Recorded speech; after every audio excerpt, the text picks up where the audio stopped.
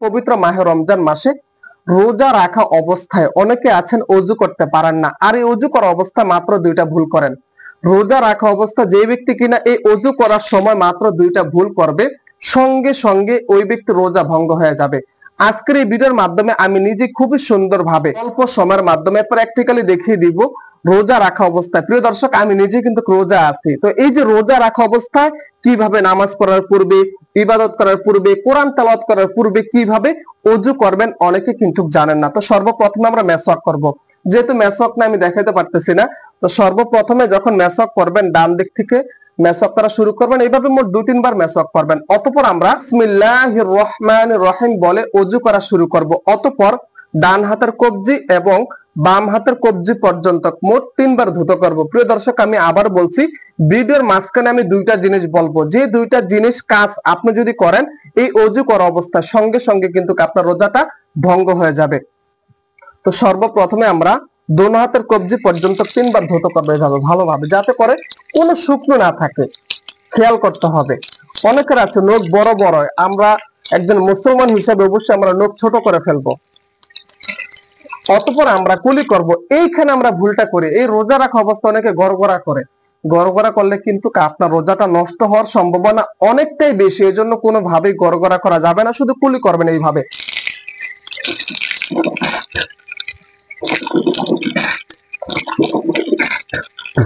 ভালোভাবে কুলি করবেন। অতঃপর নাকে পানি দিবেন এইভাবে। যখন পানি দিবেন বেশি ভিতরে দিবেন না, কিন্তু খেয়াল করতে হবে। অতঃপর টান দিবেন এইভাবে 1 বার, 2 বার, 3 বার। অতঃপর আমরা চুলের গোড়া থেকে থুতনি পর্যন্ত, ডান কানের লতি থেকে বাম কানের লতি পর্যন্ত মোট 3 বার ধৌত করব, যাতে প্রত্যেক অঙ্গ প্রত্যঙ্গ ভালোভাবে পরিষ্কার হয়ে যায়। যেহেতু এই পবিত্র মাহে রমজান মাস খুবই গুরুত্বপূর্ণ একটা মাস, এই মাসে আমরা অনেক ইবাদত করে থাকি, এই জন্য ভালোভাবে অবশ্যই অজুটা করতে হবে। মোট 3 বার হয়ে গেছে। তারপরে ডান হাতের কনি পর্যন্ত এবং বাম হাতের কনি পর্যন্ত মোট 3 বার ধৌত করব।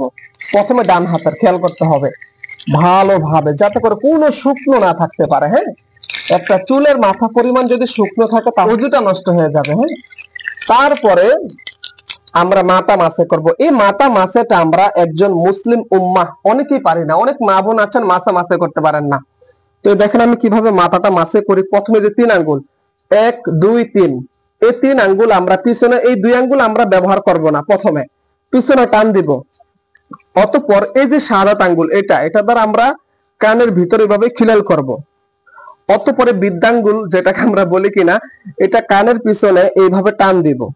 অতঃপর এই যে এই অংশটা আছে, এটা দ্বারা আমরা গর্দনটা এইভাবে মাসে করব। ঠিক আছে, অথবা এইভাবে অনেকে করতে পারেন, অসুবিধা নাই। হ্যাঁ, তারপরে আমরা এই যে ডান পায়ের টাকনু পর্যন্ত মোট 3 বার, অতঃপর বাম পায়ের টাকনু পর্যন্ত মোট 3 বার ধৌত করব।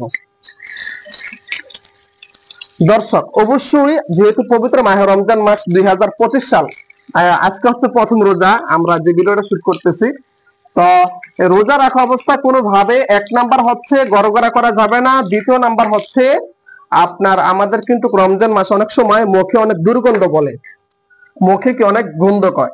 তো আমরা কি করি, দাঁত ব্রাশ করে টুথপেস্ট দ্বারা, যখন আমরা এই টুথপেস্ট যখন ব্যবহার করে গ্যাস অনেক সময় কি আমাদের ভিতরে চলে যায়, রোজা কিন্তু ফাসাদ হয়ে যাবে। এই জন্য অবশ্যই কোনোভাবেই এই ভুল কাজ কোনোভাবেই করা যাবে না ইনশাআল্লাহ। তো এই জন্য মেসওয়াক করতে পারেন।